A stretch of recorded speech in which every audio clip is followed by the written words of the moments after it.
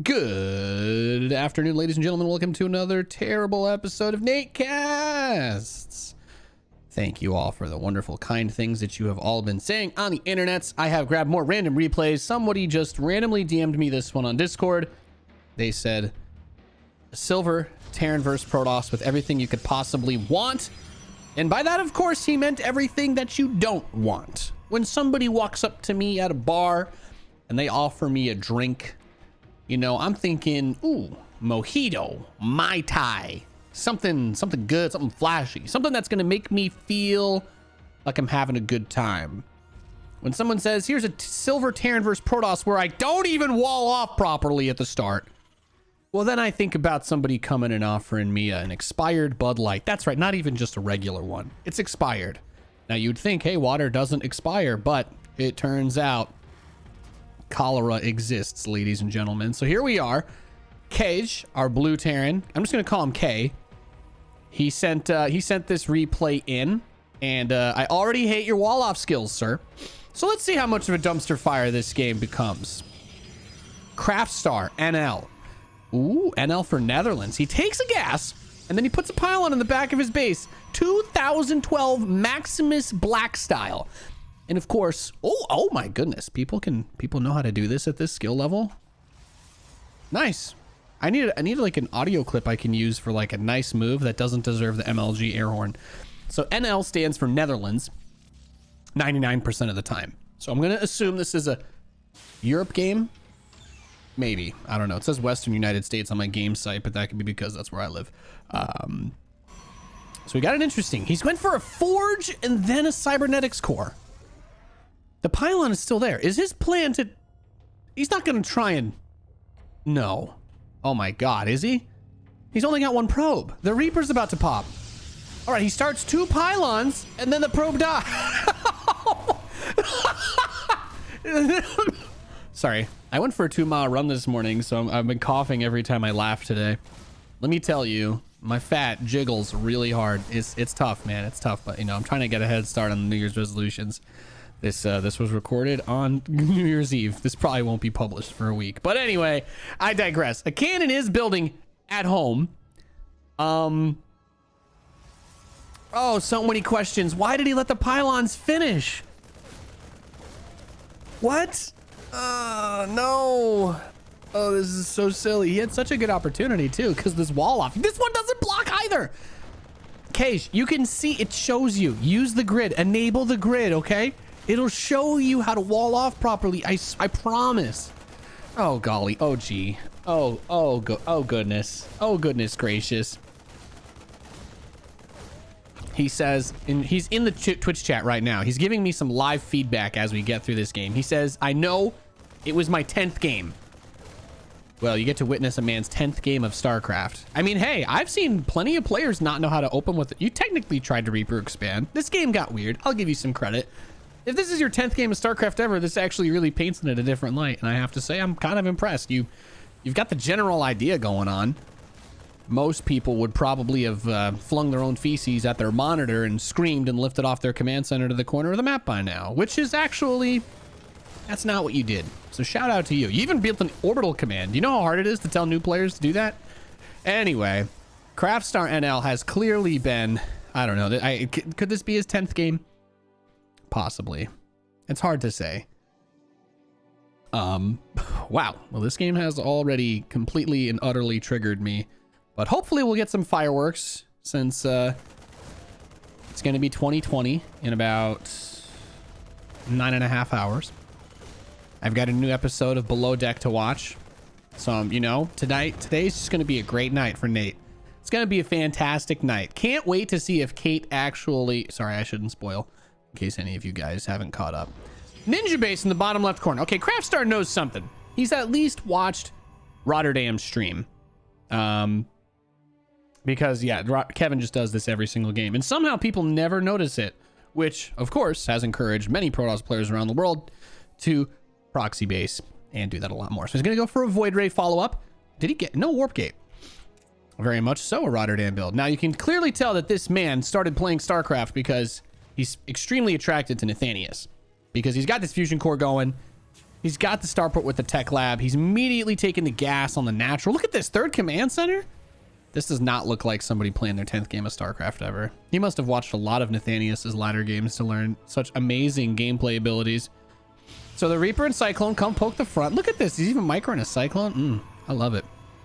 I love it. Of course, with the shield battery and without mag field, it's hard to really put pressure on to Protoss.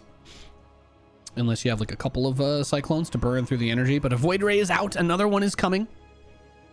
And this actually makes things a little bit tricky, right? Because the Void Rays, well, they're really only good against battle cruisers, honestly. Everything else, it's like, yeah, they kind of poke them. And, well, it looks like it was going to be BCs, but he actually goes for mag field accelerator on Cyclones first. This is not your 10th game. This is an extremely well coordinated build, and I actually love it. Despite the messiness, it's actually still, this is very well done. So there we go. Fusion Core is going to be going for weapon refit, which enables the use of the Yamato cannon, which of course is going to be quite nice. I do like the Cyclones, but oh my goodness. So straight into a fleet bacon for Craft Star. Now K is going to take his third base. The Protoss has technically this third, but you're slowly building one probe at a time. And I'm going to be honest with you.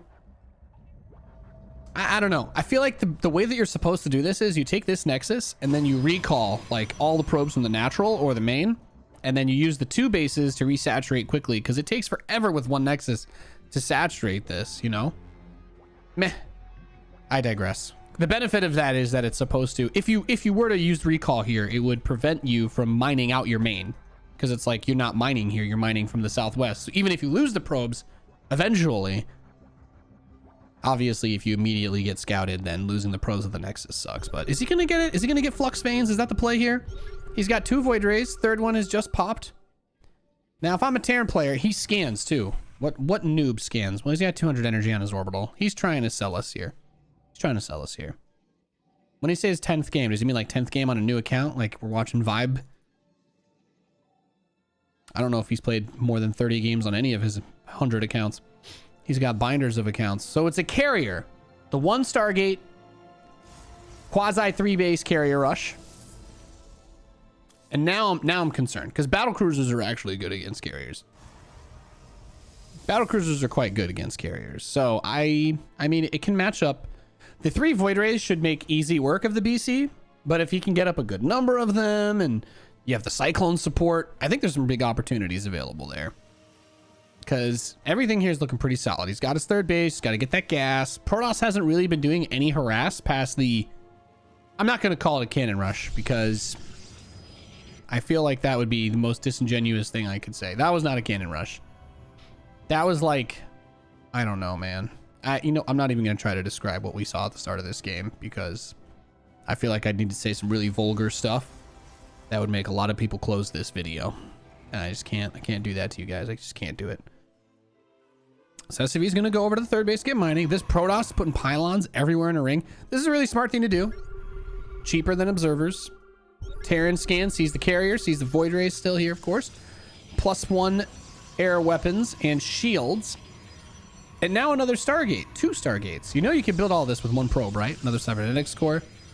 So this Protoss clearly just wants to play Sky Toss. Now, it could work. Oh man, if he knew and he just like went straight into Mass Marine, that'd be really good. But the Thors are really strong right now versus Protoss Air. Let me tell you guys, if you can get like 10 Thors, you put them in that single target mode, the high impact payload, they are crazy strong. Also, shout out to the guy who's only played 10 games. I'm assuming that you've played co-op or something then. Maybe your 10th game of 1v1, but he's definitely got some StarCraft experience. Because he's in a maxed out set of war chest skins. So, Flux Veins is coming in, and that's going to help the Void Rays out. Void Rays are going to be dummy quick. Now, 3 Void Rays for a hit squad is actually quite nice in this scenario. They don't match up very well versus this army unless they can kind of have some buffering units, because Void Rays themselves, they don't have any armor by default. So they don't really reduce any incoming damage. So I've always felt that Void Rays are kind of fragile, considering that they're 250 minerals and 150 gas. So you do need to be a little bit careful. Terran players continuing to get more Thors, transformation servos. There are no reactored factories. And I don't actually hate that. Just keep spending the minerals on bases, command centers, probably missile turrets. Missile turrets wouldn't be bad. Because you could use Widow Mines against the carriers, but I actually think if you could get like 16 Thors instead of like 10 mines and 8 Thors, yeah, I'd say hell yeah, I got the Thors, dog.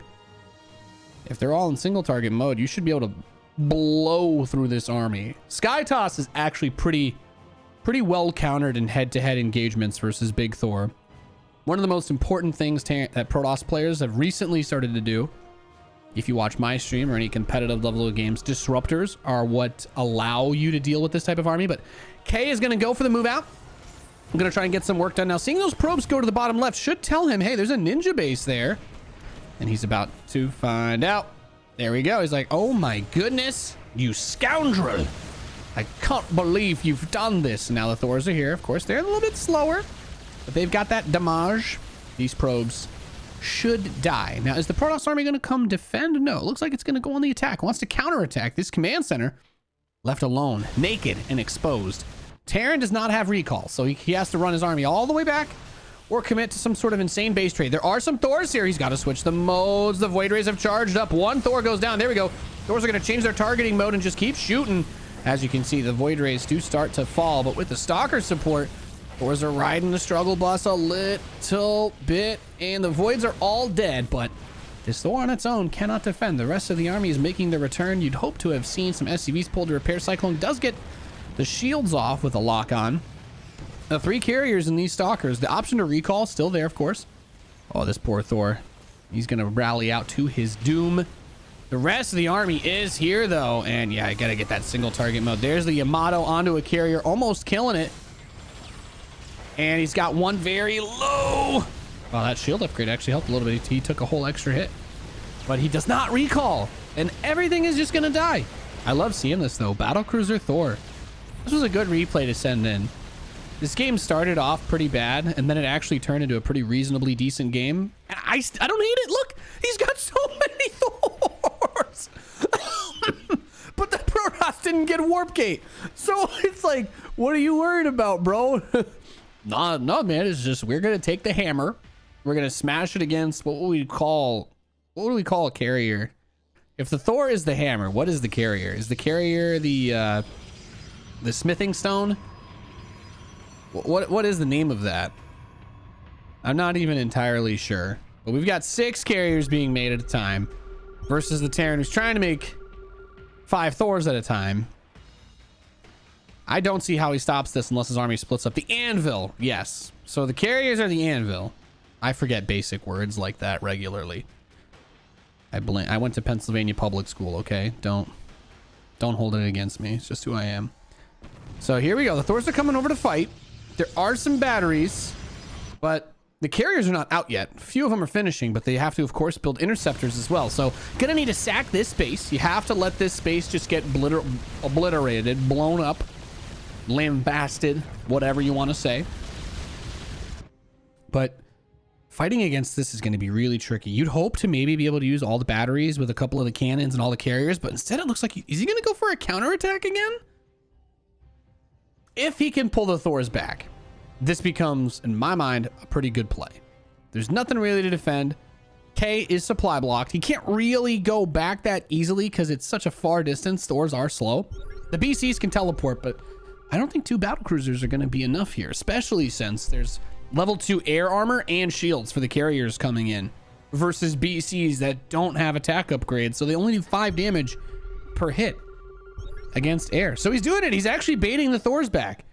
He's masterfully baiting these Thors back. Yes, he scans. I know you still have carriers, so he can actually get a lot of damage done. Yeah, there's only 1 Thor here. The Thor splash is actually not very good against interceptors, contrary to a common misconception. So the carriers are going to blow that up. That +2 attack finishing will help a lot too. But I feel like you want to target down some of the production and then just recall, right? Just recall. Summon the Bifrost, buy Fusion Core, maybe grab the armories. I don't know. This is really dangerous. Stick around here this long. Heimdall, bring us back. Okay, one carrier's dead. You got to stack him up and recall. Oh, if he goes all the way around to the third, maybe this is 300 IQ. I don't know. Oh, if he loses. Oh, another carrier goes down. He's making his way to the third base. This is a stupid number of. How many? He's got 21 Thors. His brother's so slow. Look at him go. Oh, goodness. Okay, battle cruisers teleport onto the carriers, and they literally do nothing because the carriers have +2 armor and +2 shields.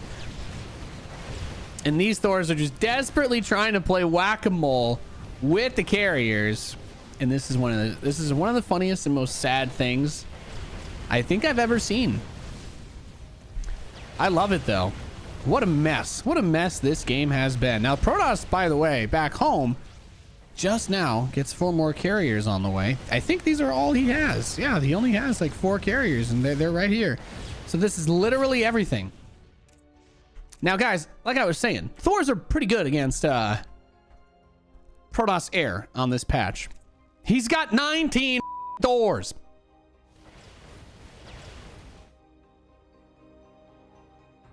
I don't know what to tell you. Do we call this guy MC Hammer then? Do we just call him Thor? I'm not entirely sure. Oh no, just A-move him. A-move his base. He's super dead. Yeah. I don't know, man. I gotta see if I can get if I can license the patent that Maximus Black has on when cheese fails, because this is a fantastic episode of it. Is he spelling shit out in depots? I got supply block. Time to build 14 depots in a way that blocks my army. And 2 more armories. Oh yeah, his main base did get gutted. That's fair. That's fair. There's literally nothing the Protoss can do about this army now. Save, I don't know, like 40 Dark Templar? Do you think that'd be enough? I mean, damn, son. He's got 19 Thors with 2/2 in your base. I love this. Build 4 more pylons here because, you know, you got so much stuff to warp in. Mind you, Warp Gate was never researched. Here's the upgrade tab. This will give some people Ligma. Goodness gracious. Absolutely disgusting.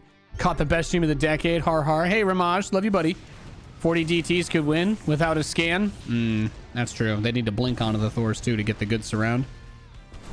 Oh, this one's just super over, right? How could he possibly lose this? Why is he building gateways?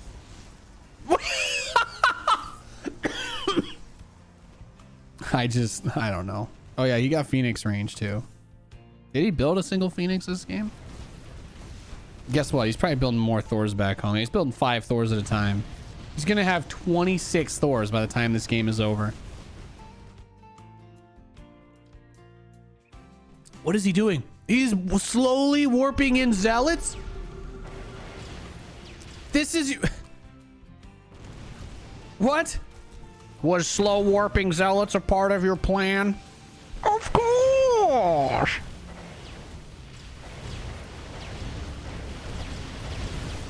Okay. Okay, Mr. Protoss. What's your next brilliant move? I'm waiting for that +3 attack. That's gonna turn the tide of the battle easily. No. And witness the power of 21 Thors.